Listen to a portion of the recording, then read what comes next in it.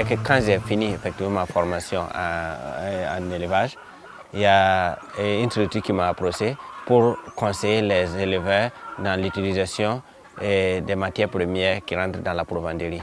Et quand j'ai effectivement commencé le conseil autour des matières premières qui rentrent dans la provenderie, j'ai constaté effectivement que les gens avaient des difficultés à faire les mélanges d'aliments et au-delà de ça, ils avaient des difficultés à pouvoir réunir tous les éléments sur place. Donc, en les conseillant sur l'utilisation des matières premières, et les gens m'ont même un peu plus ou moins demandé à ce que je les conseille dans le mélange des aliments et au-delà de ça, à retrouver les autres matières premières pour pouvoir combiner et pour que ça soit de l'aliment complet. Et c'est au fur et à mesure que je conseillais les gens que j'ai commencé à faire des mélanges en petite quantité pour d'autres, et j'ai constaté qu'effectivement le besoin était très important en matière d'aliments finis. C'est ce qui m'a conduit effectivement dans la provenderie.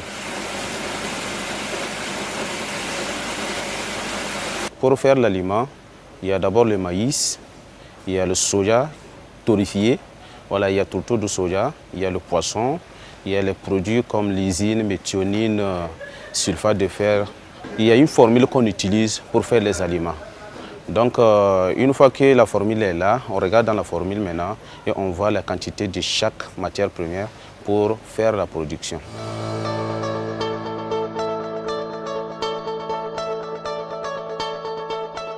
L'aliment qui est le plus sollicité à FASO GRAIN ici, c'est l'aliment volaille, précisément aliment pondeuse. Par ordre de sortie, je peux dire l'aliment pondeuse, et par la suite l'aliment poulette, et par la suite l'aliment poussin.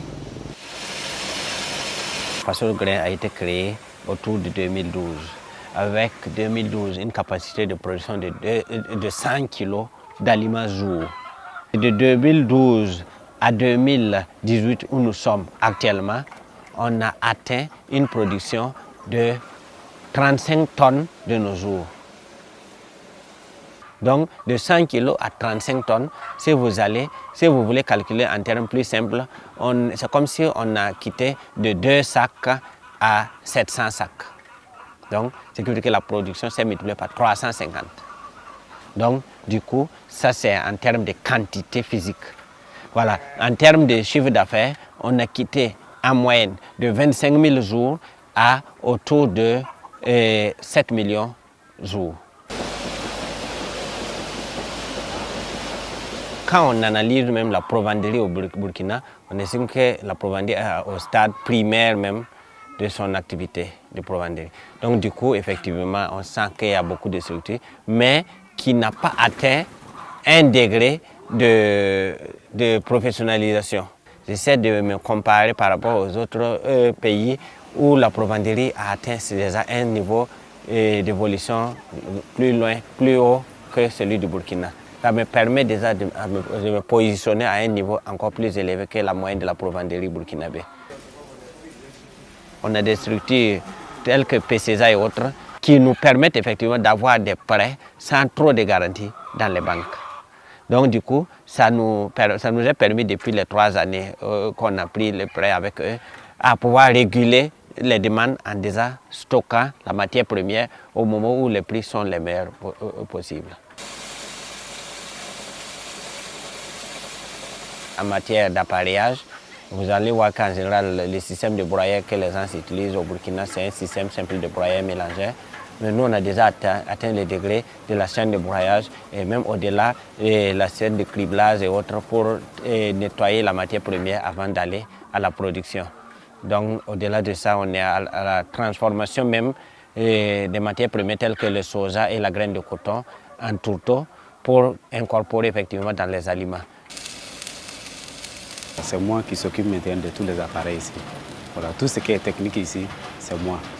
Voilà, nous on paye les matériels maintenant en Chine, on vient ici et après maintenant d'avoir utilisé maintenant, on regarde maintenant et puis on fabrique aussi la même chose. Tous les appareils qui sont ici là, c'est nous qui avons fabriqué tout.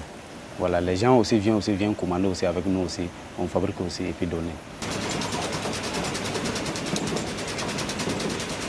Si on a une personnel mal formé, et le résultat va se ressentir grandement par surtout le niveau des erreurs. Et il y a des erreurs qui ne pardonnent pas. Tous les 3 mois, on revoit effectivement le niveau de formation de notre équipe, de toutes les équipes là, autour de 2 à 3 jours de formation. Mais au-delà de ça, on a des réunions hebdomadaires où on doit se voir et revoir les difficultés du moment pour corriger. Dans 5 à 10 ans, je compte multiplier ma production de 35 tonnes encore par 100.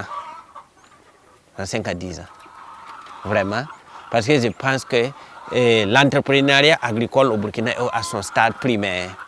Et quand on voit effectivement le nombre de bœufs au Burkina qui dépasse les 2 millions de têtes, et les chèvres et les moutons qui dépassent les 20 millions, la volaille qui dépasse encore ça, et qu'on pense que si on calcule bien, même 500 000 bœufs ne sont pas en train de consommer ce qu'on est en train de produire, c'est qu'on a vraiment assez de clientèle à se faire.